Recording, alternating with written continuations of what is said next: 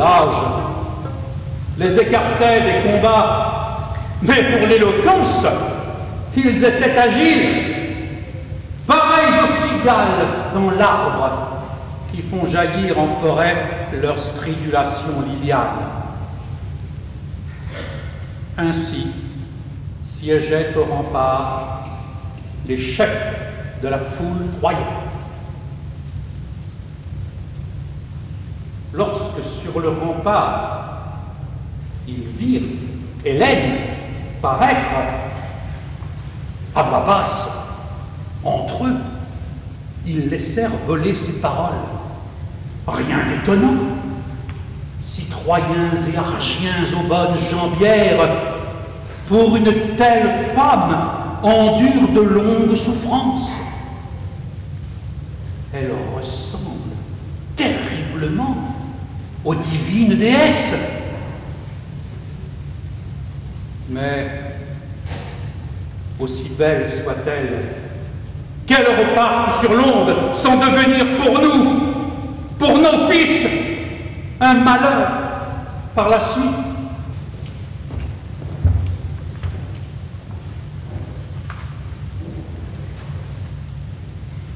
Quand les deux camps parvinrent à porter l'un de l'autre, ce fut le choc des boucliers, des lances, des hommes, cuirassés d'airain. Et les boucliers ronds à bosse s'entrechoquèrent partout.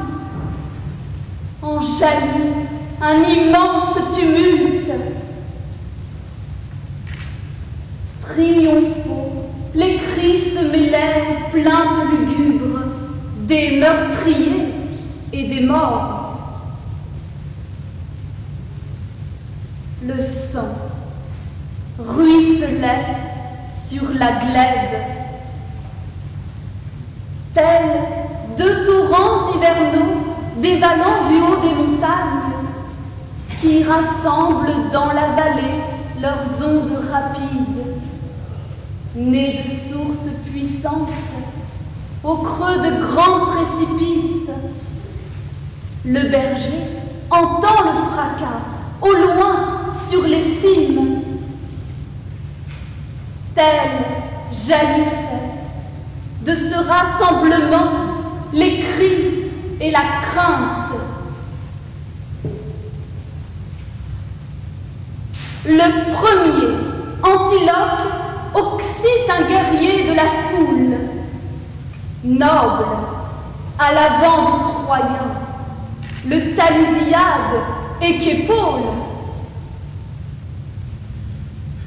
Il atteignit le cimier du casque à l'épaisse crinière, lui ficha dans le front son arme, la lance de bronze pénétra dans l'os, et l'ombre voila ses prunelles. O demoiesti pater kai potnia mater, et oigar pateramon affectane Dios Achilleus, ec de polimperis in cilicone unaieta ousan, eben upsipulon, catadectanene etiona, o deminex enarixe, se passata gardo voi, allara minca teceri, sunente si dai daleoisin, ed episa mechin, peridetele assecuteusan, Haiorestiades cora Iosaiopo. Et j'avais aussi au palais de mon père 7 frères, tous en un jour descendus chez Hadès, disparurent, tous abattus par le divin Achille aux pieds inlassables, près de nos blanches brebis et près de nos bœufs marche-torse. Et ma mère, régnant au pied des placos couverts d'arbres, il l'emmena par ici avec tous nos biens et richesses, la délivrant en échange d'une rançon innombrable. La chasseresse Artémis l'occite au palais de son père.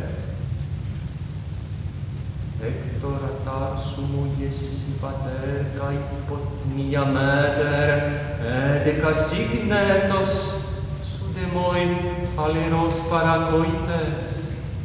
Toi, Hector, c'est toi, mon père et ma mère vaillante, et mon frère, et l'époux florissant qui partage ma couche. Prends pitié maintenant et demeure sur cette muraille. Ne rends pas ton fils orphelin, ni veuve ta femme,